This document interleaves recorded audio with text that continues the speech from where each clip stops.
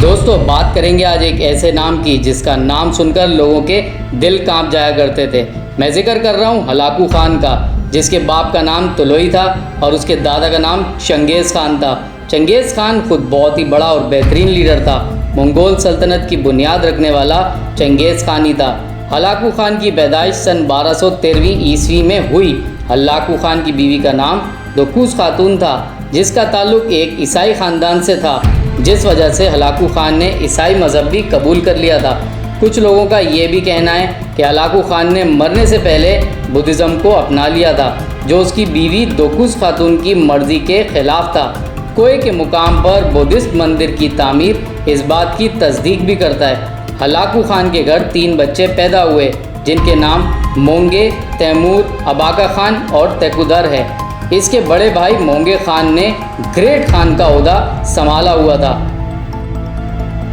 1255 में मोंगे खान ने अपने भाई को एक बड़ी फ़ौज का चार्ज देते हुए उसे हुक्म दिया कि मगरबी एशिया में जितनी भी रियासतें बचती हैं, इन पर हमला करके तबाह कर दिया जाए। हलाकू खान बहुत ही बड़ी तादाद में फ़ौज लेकर मगरबी एशिया में कब्ज़ा करने और हमला करने के लिए पहुंच गया, जिसके नतीजे में उसने ईरान, बगदाद और सीरिया जैसी बड़ी बड़ी रियासतों पर कब्ज़ा कर लिया। मोंगे खान ने हलाकू खान को हुक्म दे रखा था कि जो भी मुल्क आसानी से हथियार डाल दे उसके साथ नरमी से पेश आना, और जो मना करे उनके साथ सख्ती से, बेशक तुम्हें वहाँ खून रेजी करना पड़े। लेकिन हलाकू खान ने हमेशा उसकी आखिरी वाली बात पर ही अमल किया और दुनिया का सबसे जालिम तरीन बादशाह बना। हलाकू खान इस्लामी रियासतों पर कब्ज़ा करने के लिए इस दौर की सबसे बड़ी फ़ौज के साथ मौजूद था। उसने ईरान पर भी बहुत आसानी के साथ कब्ज़ा कर लिया था। उसके बाद उसका अगला और बड़ा मार्का बगदाद था। 1257 में हलाकू खान एक दफ़ा फिर से अपनी बड़ी सी फ़ौज के साथ बगदाद पर हमला करने निकला। बगदाद पहुंचकर इसने खलीफा अल मुक्तसीम को हथियार डालने के लिए कहा, लेकिन खलीफा ने हथियार डालने से इनकार कर दिया। फिर हलाकू खान के जहन में आई एक और नई तरकीब। उसने खलीफा के मुशीर अबू अल कमा को गद्दारी करने के लिए मना लिया, जिसकी वजह से बगदाद की फ़ौज बहुत ही कम कर दी गई और इसी के बाद बगदाद पर हमले का मंसूबा बनाया गया। जनवरी 1958 को मंगोलियों की फ़ौज चीनी जनरल गावा खान की क़यादत में बगदाद पर हमला आवर हो गई। बगदाद चारों तरफ से दीवारों से घिरा हुआ था, इसीलिए ये सब कुछ करना इतना आसान नहीं था। गावा खान ने हमले में खासी तेज़ी भी कर दी। 5 फरवरी को उनकी अफ़वाज बगदाद की एक दीवार भी गिरा डाली और साथ ही साथ इस पर कब्ज़ा भी कर लिया गया। उस हमले के बाद खलीफा ने हलाकू खान से राब्ता करने की कोशिश की, लेकिन हलाकू ने खलीफा की दरख्वास्त भी मुस्तरद कर दी। उसके बाद खलीफा ने हथियार डालते हुए ख़ुद को हलाकू खान के हवाले कर दिया। फ़ौज जब 13 तारीख को बगदाद में दाखिल हुई तो ऐसा लगता था जैसे क़यामत आ गई हो। चारों तरफ खून रेजी और लाशों के ढेर लगे हुए थे। बगदाद की आधी से ज़्यादा फ़ौज तो मारी जा चुकी थी या फिर सज़ा दी जा रही थी। तकरीबन 1 हफ्ते तक यही सिलसिला जारी रहा। मौजूदा वक्त की बहुत ही बड़ी लाइब्रेरी, जिसे द ग्रैंड लाइब्रेरी कहा जाता था, उसे भी तबाह कर दिया गया और ये भी सुना गया कि उसकी सारी किताबें दरियाए तिग्लस में बहा दी गई हैं, जिसकी वजह से दरिया का पानी काफ़ी अरसे तक काला रहा। कहा जाता है कि बगदाद की उस फतह के बाद 12 लाख मुसलमानों को मौत के घाट उतार दिया गया था। उसके अलावा मस्जिदों को शहीद करने का मंगोल फ़ौज का सिलसिला भी जारी रहा। अस्पतालों को भी लूटा गया, शहरियों से भी लूटमार जारी रही। वहाँ के खलीफा को भी जबरन जिंदा रखा गया ताकि वो अपने मुल्क की तबाही देख सके, और जैसे ही अब उन्हें लगा कि बगदाद मुकम्मल तौर पर तबाह हो चुका है तो फिर आखिर पर खलीफा को भी मौत के घाट उतार दिया गया। इस तरह से बगदाद पर हलाकू खान का मुकम्मल तौर पर कब्ज़ा हो गया। उसके बाद मंगोल अफवाज ने सीरिया का रुख कर लिया। 1260 में इन्होंने क्रिश्चियन अफवाज को भी अपने साथ मिला लिया और उसके बाद सीरिया पर हमला कर दिया। इस मर्तबा क़यामत का वो मंज़र सीरिया की गलियों में नज़र आ रहा था।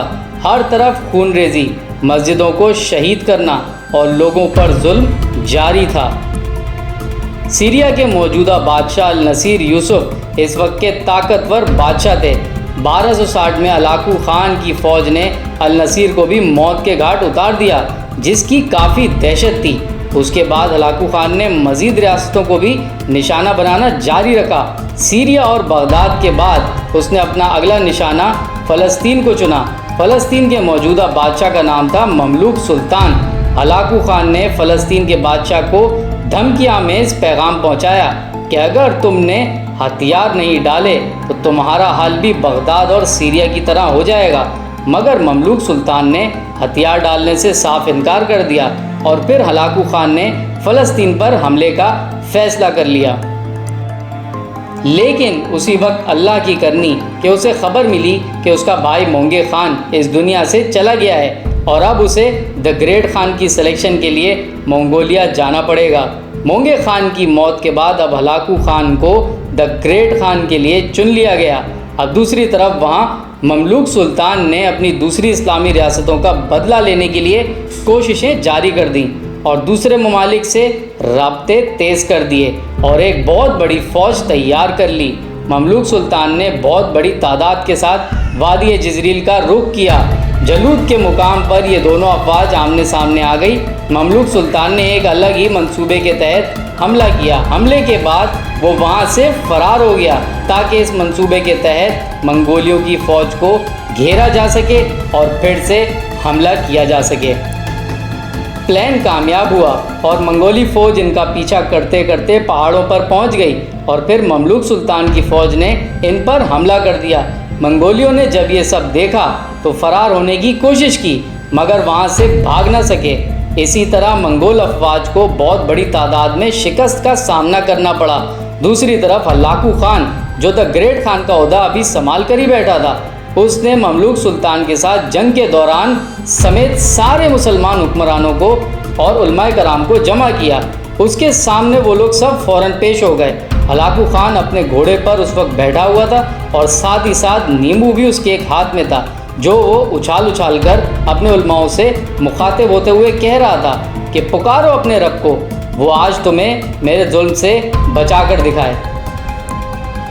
उसी वक्त वहाँ मौजूद एक बुजुर्ग शख्स ने कहा कि हलाकू, डरो उस वक्त से, कहीं ऐसा ना हो तुम्हारा रब तुमसे नाराज़ हो जाए और तुम्हारे उछालते हुए इस नींबू के तुम्हारे हाथ में दोबारा नीचे जाने से पहले ही तुम्हारी जान निकल जाए।